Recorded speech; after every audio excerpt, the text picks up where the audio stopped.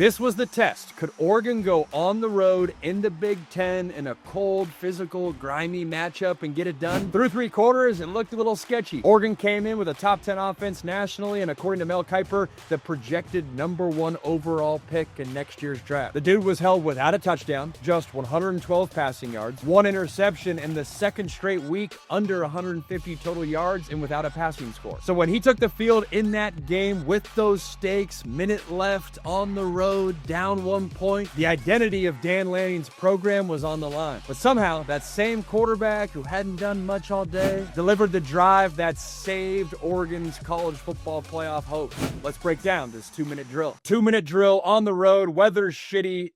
I do not miss playing quarterback as a Seattle guy. We got some of this weather. It's hard to throw. It's hard to throw wide side of the field throws. I suck at throwing spirals. So when you're throwing in elements, that's even harder to throw in the elements. Low key though, if I'm Green Bay, not that they need a quarterback, but any of the cold element teams, I thought Dante Moore threw a tight spiral even in the elements for how shitty it was, especially that he's a smaller quarterback. That showed me something. But right here, minute 51 left. You got 3 timeouts. You are down 2. Big difference between that and where Fernando Mendoza's at is a field goal. All you need to do is get in field goal range. You don't have to score a touchdown. You got 3 timeouts, so you can throw stuff across the middle of the field. That's the mindset if you're Dante Moore. They hadn't been on the field in 7 minutes, so you're freezing your ass off. You're cold. You're like, gosh dang it. I mean, you're like, let's go win us a game. Let's go keep our CFP title hopes alive. But you're also like, this cold, this sucked, the whole deal. All right, first play. They're going to run it. It looked like Dante Moore checked the run play. I don't have that footage here, but he checked the run play against some front look that they liked. They're going to run it to the right.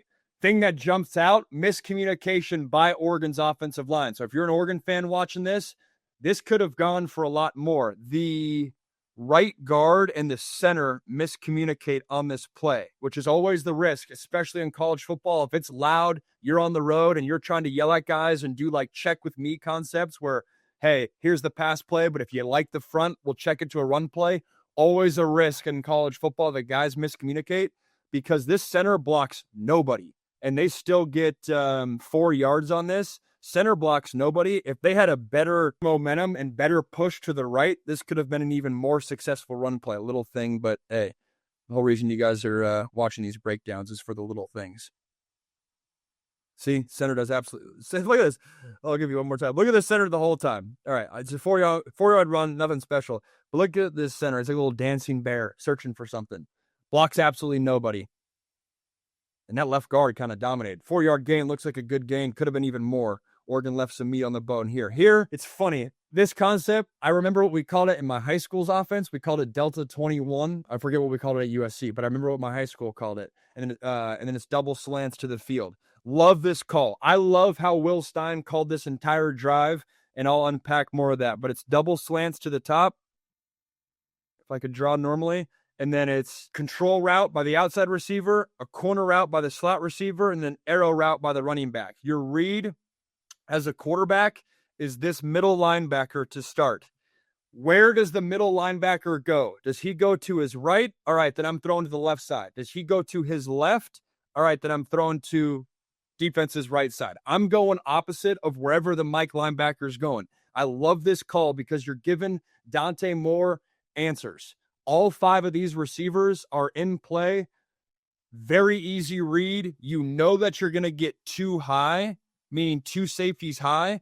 The reason that matters is because it's too high, it means that you're going to have 1 less guy in the box. Like this safety's not in the box, which then that's the reason that this Mike linebacker is the read. He's ultimately going to go cover this Delta 21 side. So then Dante Moore is going to work backside to the slants and hit the slant on the top of the screen. Love this call, knowing the situation, trusting your quarterback, giving him answers, and putting pressure on the defense to cover all 5 guys. Right here, you have 3 timeouts, so you can throw a little dink and dunk action right here, even though now it's creeping closer to a minute left in the game. Here, they're going to run to the right again. What's noteworthy is this linebacker is going to work towards the box. It's noteworthy because, and I'll play it, and again, I'm talking through the lens of Will Stein, how I'm thinking about it. Just a little run play, see if you can get something. The reason it's noteworthy is if Dante Moore pulls this ball, then he's one-on-one with this defender. This defender sucks down. Dante Moore can spit it out to this receiver on the bottom of the screen. And right here, this matchup, very favorable. You have two blockers, Oregon Ducks-wise, on two Iowa Hawkeyes with an athlete in space. There's something there. If I'm Will Stein and I'm an offensive analyst in the booth with Will Stein, I'm saying, hey, coach, if we get another 3rd and short, maybe go back to that, tell Dante Moore in his headset, look to pull that ball if Iowa's going to dedicate extra linebackers to the box, because with Oregon's athletes out wide, you can spit it out there, get a block, and get a chunk play. Again, really easy to execute offensive-wise, putting pressure and trying to take advantage of the defense kind of selling out. You didn't do it there because it was 3rd and 2. But again, all the things that you're thinking about if you're Will Stein and the things that you're communicating to Dante Moore as well. Very next play. Now we're getting into the 4th play of the drive. It's 1st and 10, and this was a coverage bust by Iowa that we'll get to that they did not get taken advantage of on. Dante Moore here is going to hit another slant on the top of the screen here to the receiver up top.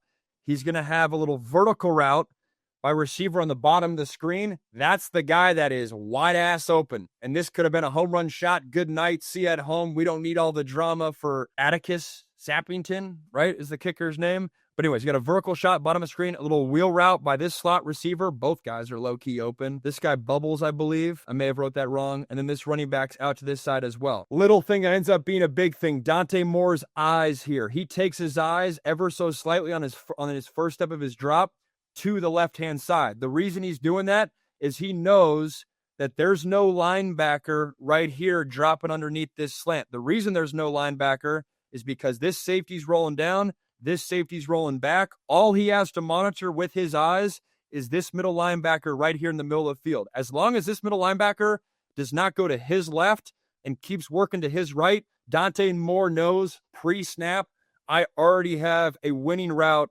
right here on the top of the screen with this slant guy. Little thing by Dante Moore, his eyes, great command, gives himself an easy completion on the top of the screen. Got to manage that linebacker with your eyes. See, linebacker rolling this way, boom. A lot of green grass right here to the top of the screen. This is the safety that coverage busts. If you're going to be a cover 2 safety or at least a deep half safety, you got to get over the top. He does not get over the top. And look at how wide-ass open this Oregon receiver is on the bottom of the screen. If Dante Moore rips this, good night. No drama.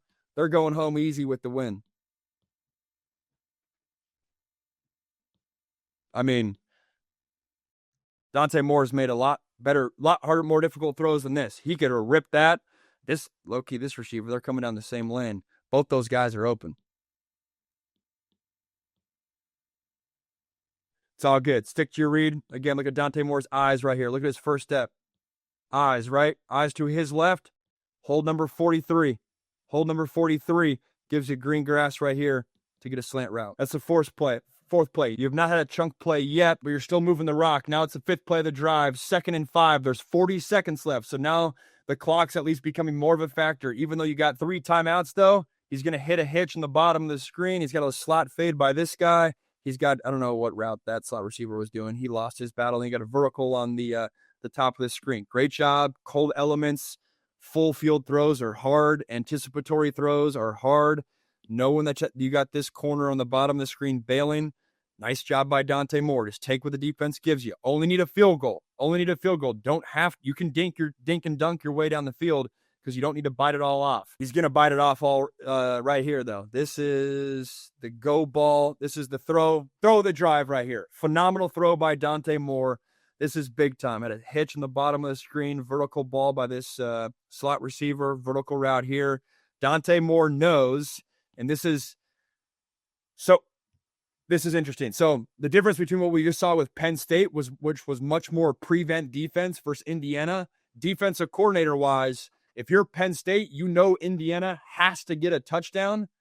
That means that you're playing softer coverage. Iowa knows that, hey, just a field goal beats us, so they're not playing prevent defense. That shows up here where you have one-on-one matchups with your corners. There is no safety help over the top. Both these safeties, this guy's playing in the alley, This guy's playing in the middle of the field. No safety help over the top. It allows Dante Moore to rip this ball on the top of the screen. You're not throwing this route versus prevent defense because there's going to be a safety over the top. And this is a phenomenal throw by Dante Moore. It's 1st and 10, 30 seconds left. Yeah, 30 seconds left. 24-yard completion to Malik Benson. That is big time. Big time. 7th play of the drive. You're going, ooh, this is interesting. You guys will like this. Again, this is where I love Will Stein's play calling in this moment. You're in field goal range. So right now, the mindset is, I don't have to score a touchdown. Obviously, I'd love to score a touchdown and get out of here. But right now, I'm just trying to I have all 3 timeouts, or maybe at this point, they only had 2. I'm just trying to get 5 to 7 yards to help out my kicker. Will Stein, what's the best way that I can get 5 to 7 yards to help my kicker out? Iowa, they're dedicating more guys to the box. Dante Moore is going to try to go for the jugular. A little vertical shot in the top of the screen. It's a terrible arrow. This hitch route is wide open. This dude's wide open. That's what Will Stein, the coaching point here is, hey, if you have one-on-one to the top of the screen and you like it, Dante, you can take that. But Dante also knows versus off coverage with this safety, and if this linebacker blitzes, I have an easy money hitch right here. Dante Moore's not wrong for going to the top of the screen, but it is a missed opportunity to just get a nice, 5-yard completion. Will Stein saying, hey, I don't mind that.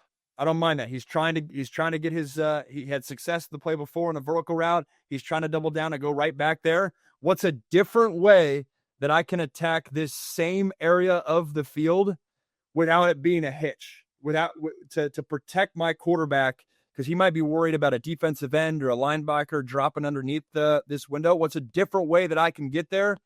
Will Stein say, hey, let me vertical route, more of like a little rub concept. And then this receiver on the bottom is just going to little slant route to the bottom of the screen. And that protects Dante Moore and gives him a clear read, because now with it being the outside receiver, you're not at risk of guys dropping underneath that, because these 2 defenders, he's matched up here. Just by leverage, can this outside receiver win? That's exactly what happens. It's a 7-yard completion. I love Will Stein saying, how can I help my quarterback out? How can I help him? How can I get a clearer picture? That's exactly what he does. Gets like 7 more yards, helps out a kicker. And then the last play, vertical route, trying to get a shot here. Oh, the reason that I want to show you guys this is the last play before they attempt the game-winning kick. Iowa was lucky like 3 plays ago when they didn't get safety help over the top. Dante Moore could have hammered a hole shot. They're lucky here that Dante Moore did not look to his right. Again, Dante Moore is trying to go to the vertical one-on-one matchup. This slot receiver has an out route to the top of the screen and puts this safety in an absolute blender. Absolute blender. This dude's wide ass open. And then you have another slant route by this receiver on the top of the screen that's also wide open with the big thing here, no one dropping underneath, because Iowa's dedicating so many guys to the box. Look at how wide open this receiver is on the top of the screen. Bang. This would have been a touchdown right here. Easy money. Look at the safety's putting an absolute blender. This guy's also open, this receiver. So Iowa is lucky that Dante Moore did not look to his right, or else Sappington, he might not have even needed to go on the field. Instead, it's an incomplete pass and game-winning field goal. Gets it done. Where does Oregon fall with these one-loss teams, right? So BYU lost. Everyone shifts up a notch, right? So you got Texas Tech. This is interesting, where when you look at the one-loss teams that do not play in a conference title game, how will they shake out? Because right now, if everything goes according to plan, Ohio State and Indiana are going to play in the Big Ten championship. Oregon is not going to be able to leapfrog them. SEC-wise, you're going to have Texas A&M playing Alabama. Georgia is not going to leapfrog them. So there's a world, and we can talk about, strength of schedule and all that and the road that they have. But there's a world where you have a one-loss Georgia, a one-loss Ole Miss, a one-loss Oregon, and then a one-loss conference champ Texas Tech, all vying for spots 5, 6, 7, and 8. And the reason that matters is because right now, I don't think the way that the trajectory has, I don't think the committee will have Oregon leapfrog the SEC one-loss team or teams that are not playing in the conference title game, which means that third SEC team would be in the fifth spot. I don't know if I necessarily agree with that, by the way, because I think the path down the stretch for Oregon is much more difficult than Ole Miss. Ole Miss only has 2 more games left. It's Florida and Mississippi State in the Egg Bowl. Oregon has USC at home and on the road at Washington, which jokes on Washington for losing at Wisconsin, but on the road for the versus Damon Williams and that offense. To me, if Oregon finishes the deal there and everything goes according to plan, Oregon should leapfrog Ole Miss, but I don't necessarily know if the playoff will do that. Georgia has, I forget their SEC road left, but the big one that sticks out is they're at a conference game to end the year is Georgia Tech. Their strength of schedule is really hard, where I don't think Oregon would leapfrog them. But I say all that because if it plays out, that would mean the SEC one-loss team that doesn't play in the conference championship game would get the 5th seed. Whoever is the 6th seed would play the last Power 4 team that gets in. 5th seed, in terms of first-round matchup, 5th seed would play the G5 team. That's obviously a huge benefit to get in that slot, obviously. 6th seed would get the last P4 team to get in, which is likely, in my opinion, a 9-3 SEC or a 9-3 Big Ten team. On paper, favorable matchup. The 7th seed, which again, if you're slotting everyone up, the 7th seed in this scenario is Texas Tech.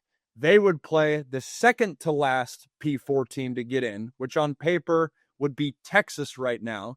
Again, relatively speaking, for a playoff matchup, give me Texas. I like that matchup. Here's the kicker.